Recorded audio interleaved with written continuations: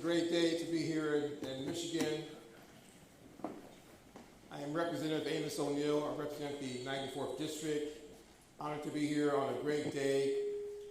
I want to also acknowledge all of my colleagues that are here today. Thank you for your welcome here to your home district. We're here to celebrate putting families first. We have one of the best governors in the country.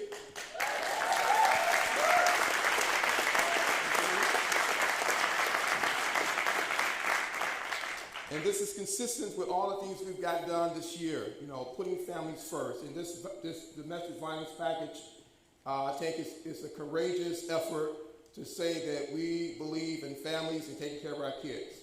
And so I'm honored to be a part of this package with my colleagues. And I was talking to someone earlier today and just saying how important it is that we legislate with the heart. Think about that. Legislate with the heart. That means we make the tough decisions that are impactful to our families. And I think that's what we've done here today. Now, I'm honored to be here with my colleagues. And let's give all of us a round of applause, all of our partners here, our families. Very important. Very important. So with that, I'd like to bring up my partner in this process, Senator Stephanie Chang.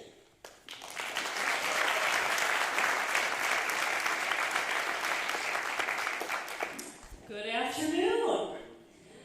Today's bill signing is more than 5 years in the making, and we are finally here.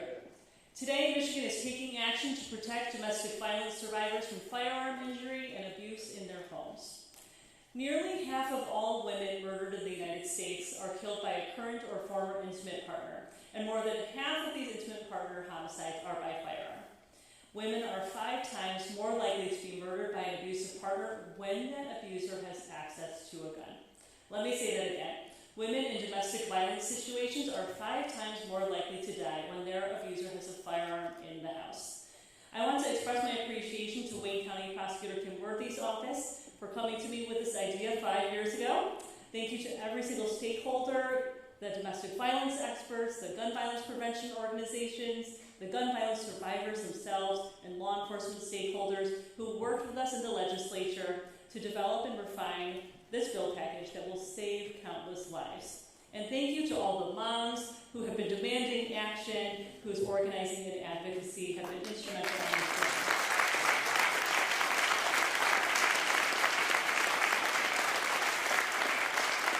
I also want to thank former Senator Wayne Schmidt, former Representative Mary Whitmer, current Representatives O'Neill, as well as Senator Sue Shane for our partnership.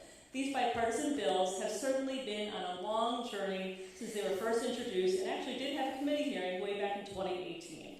More than anyone else, though, I want to thank all of those who have courageously stepped up across the state, including the O'Million family and many, many others who have shared their tragic and powerful stories.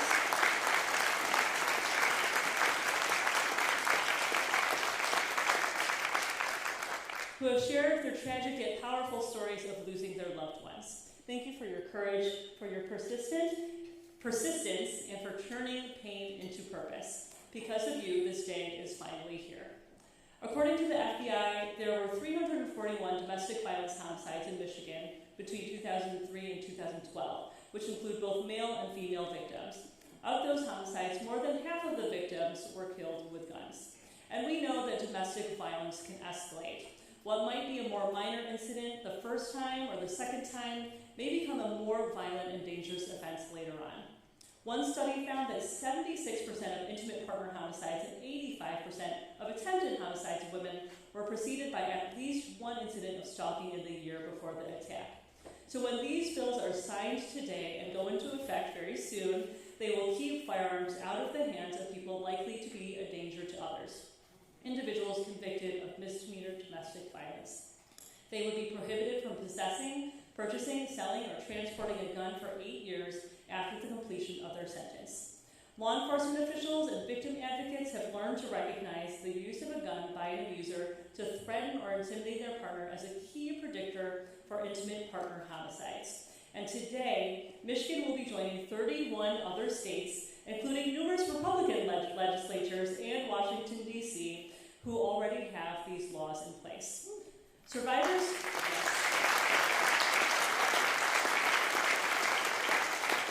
of domestic violence endure unimaginable pain and betrayal, and it is our responsibility to ensure that they have the peace of mind knowing that they will be protected from gun violence at the hands of their abusers. This domestic violence legislation is common sense, it's bipartisan, and it will protect domestic violence survivors in our state and was passed with support from both Democrats and Republicans. Thank you to Governor Whitmer for signing this legislation today, and today is a shining example of what it means to turn tragedy into real policy change and what it means to hear the voices of Michiganders and move towards action to save lives. Thank you, and I'll hand it over to Demetrius from the YWCA.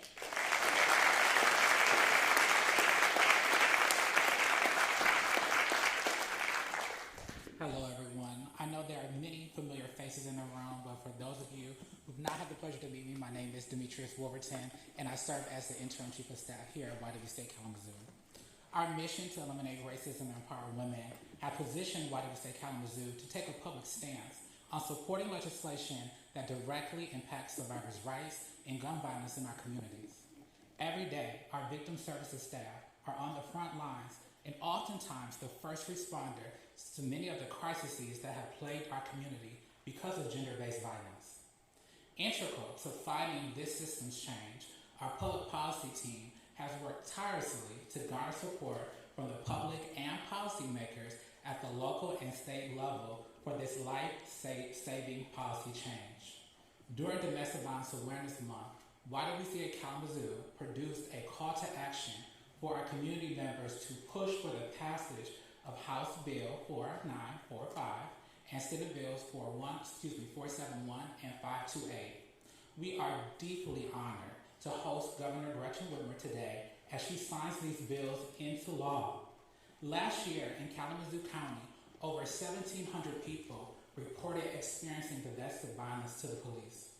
And we know that the actual number affected by domestic violence in our community is likely greater as half of these crimes go unreported.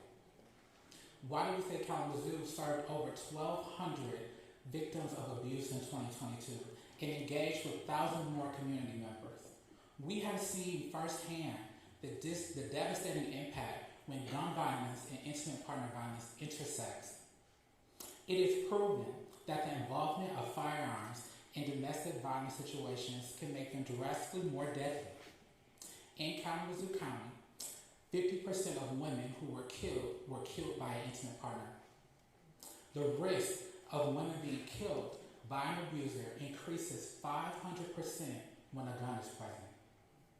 Ending gender-based violence not only makes us safer Kalamazoo, but it makes us safer Michigan. The legislation being signed today is one step closer for Michiganders across the state and across the gender spectrum to live their full and authentic lives. YWCA Kalamazoo extends our sincerest gratitude to our many staff members and allies across the state who have been on the front line tackling this issue and fighting to protect our most vulnerable communities. Thank you.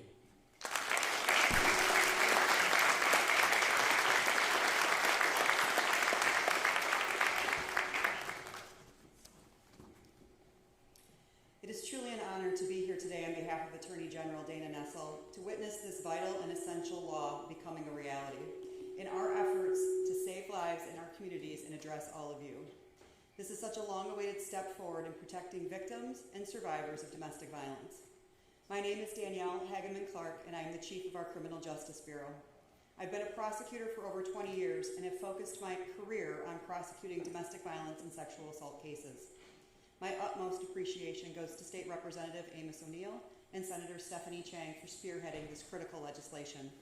To the many people from the Michigan State Police, especially Christina Drosty, and from my Bureau's Domestic Violence and Sexual Assault Team, Assistant Attorney General Danielle Russo-Bennett, Special Agent Bridget Frost, and Victim Advocate Rebecca Snyder-Cox, who not only helped to review the bills, but who worked tirelessly every single day on behalf of domestic violence survivors, and to Governor Whitmer for her support.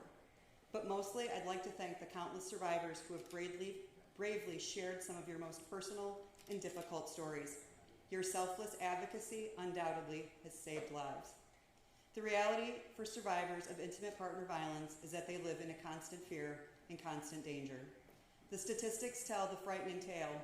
Abusers with firearms are 5 times more likely to kill their female victims than abusers without firearms. And every month, an average of 70 people are shot and killed by an intimate partner. The research additionally shows the risk of homicide for women increases by 500% when a firearm is present in a domestic violence situation. This law is truly a common sense measure that will remove deadly weapons from the hands of those who have been convicted of violence against their intimate partners. And for those brave survivors who have been able to come forward to report their abuse and to participate in the criminal justice system, it helps ensure that their abuser is held accountable. This bill helps us continue to support and protect them by taking away that weapon that may continue and indefinitely put their lives at risk. This law works toward ensuring a much-needed sense of security for survivors of violence by those who profess to love them the most. This law will change the futures of many survivors who have endured a painful, violent past. This law will save lives. Today is a brand new, promising day for survivors. I hope and believe that it will start to give survivors back some of their power and their hope for the future. Thank you so much for having me here today.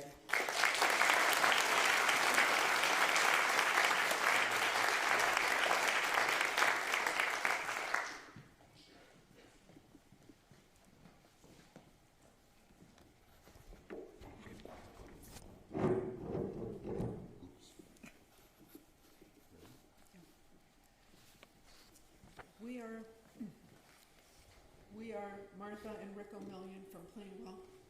We are survivors of domestic violence, gun violence, and while I wish we didn't have to be here, we are honored to be here today with you as Governor Whitmer signs legislation that could help save the lives of women like our daughter Maggie.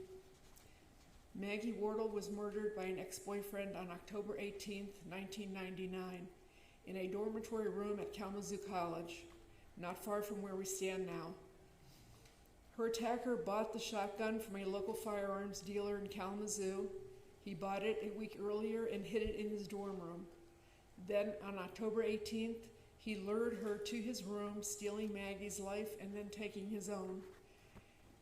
Maggie excelled in classes at Plainwell High School, also close to here. And after visiting other colleges, she decided to attend Kalamazoo College. We were happy with her choice so she would be close to home, and we thought safe. In her freshman year at K, in January 1999, she met him, and they started dating. On a small campus, he was able to see everything she was doing and who she talked to. After Maggie was killed, we all realized how much he emotionally abused her and exerted control over her without apparent physical abuse. He stalked, complained, apologized, and threatened to hurt himself if she left him. The extent of his abuse against Maggie, even in front of his and her friends, was not recognized. Sadly, this might sound familiar to other families and survivors of domestic abuse. She broke up with him that spring and into summer, but each time he forced his way back into her life, playing on her feelings for him and threatening to hurt himself. When she came back to Kay in August, she told her friends it was all over. It was actually the most dangerous time for her as he stalked her and watched.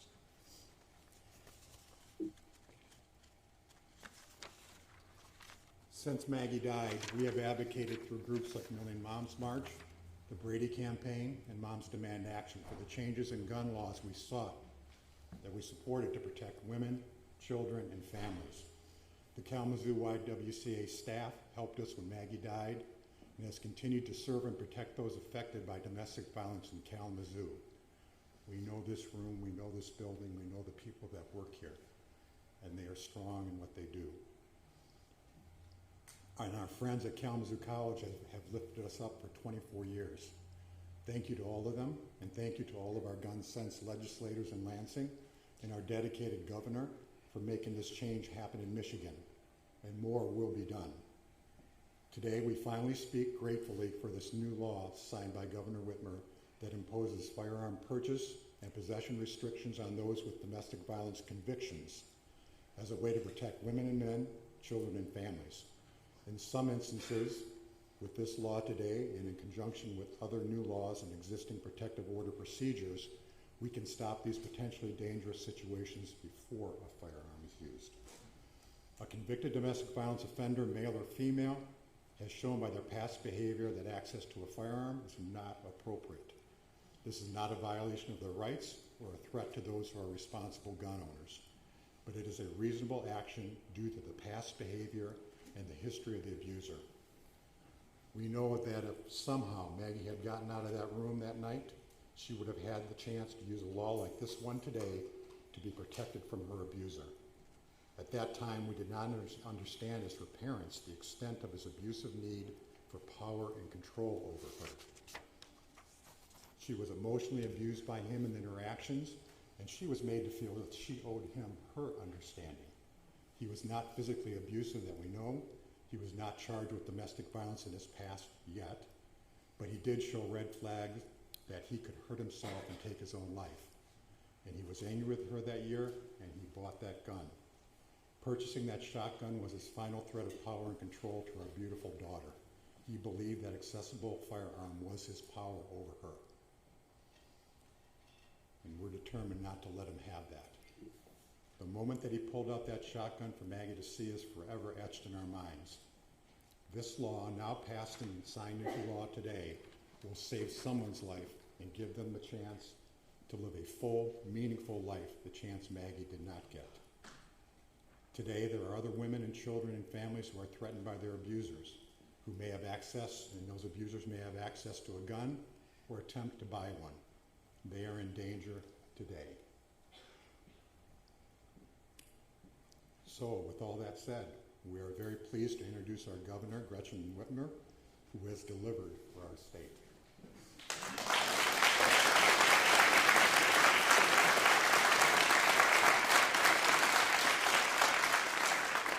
In July 2022, during a roundtable discussion on gun violence here in Kalamazoo, Governor Whitmer asked those at the table what we thought should be done. Martha and I asked her to do something about domestic violence, gun violence, and that is why she is here today. Welcome to Kalamazoo, Governor.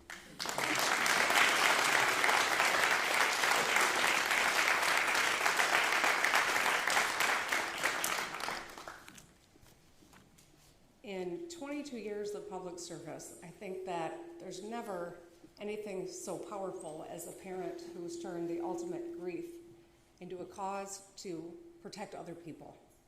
So I want to thank you for your leadership, for the leadership of so many who have suffered. I want to thank all of our law enforcement who are here, our prosecutors, our Attorney General's office, all of the legislature who work together to get these bills done, and all the advocacy groups. Thank you. This has been a long, hard journey, and you have to bare your soul over and over again to get the change that you want, but it is worth it, and we're showing that today. Today, I'm signing 3 bipartisan bills to protect survivors of domestic violence, their families, and to make our communities safer. The bills sponsored by Senator Chang, Senator Schink, and Representative O'Neill will ban those who are convicted of domestic violence from buying, owning, or transporting firearms for 8 years after sentencing. That's fine, we can do that.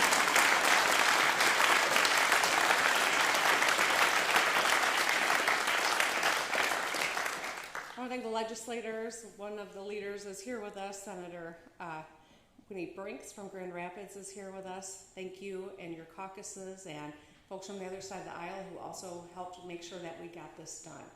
These bills are based on a simple idea. If you have been found guilty in court for violently assaulting your partner, you should not be able to access a deadly weapon that you could use to further threaten, harm, or kill them. It's just common sense. And the statistics paint a clear and shocking picture. We know that the most common killer of someone in a relationship is their partner. We know that nearly half of women killed in America are murdered by a current or former partner. Every month, an average of 70 women are shot and killed by their partner. We know that nearly 1 million American women have been shot or shot at by their partner, and 4.5 million have been threatened by their partner with a gun. We know that women are 5 times more likely to be murdered when their abuser has a gun. And another distressing fact, women who are pregnant or who recently gave birth are more likely to be murdered by a partner with a firearm than die in pregnancy-related causes. Domestic violence with a gun is deadly and far too common. I'm proud that we are taking action to reduce violence and save lives. Today's bills continue the work our new majority did earlier this year to reduce gun violence. In the spring, I signed legislation establishing universal background checks, safe storage requirements, and extreme risk protection orders, or red flag laws.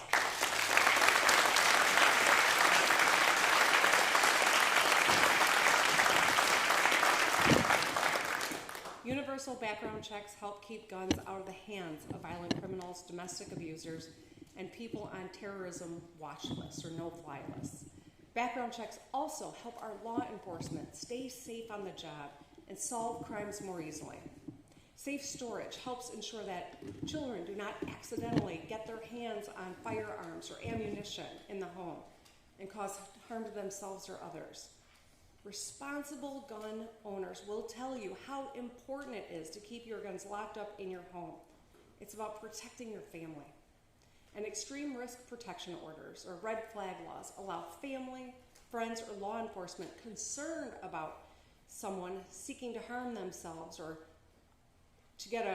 others to get a court order to temporarily confiscate firearms.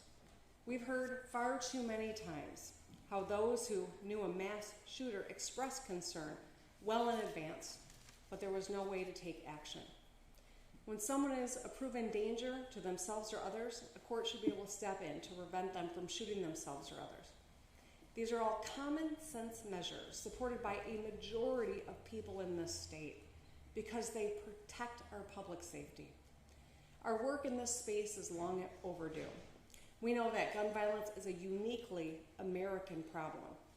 In this country, and only in this country, gun violence is the #1 cause of death for kids and teenagers, more than car crashes and cancer. In 2022, over 44,000 deaths from gun violence. More than 20,000 of those were homicides, meaning more than 50 people are killed by a firearm every single day in America. Between 2019 and 2021, the number of children and teens killed by guns rose 50%. It's unacceptable. We do not have to live like this. We're making a choice, and we're choosing today to keep people safe. So today we're taking another step toward a brighter future. Today we're fighting for our vision for a stronger, safer Michigan. And I'm really proud that we were able to get this done. Now, let's make it official. Thank you.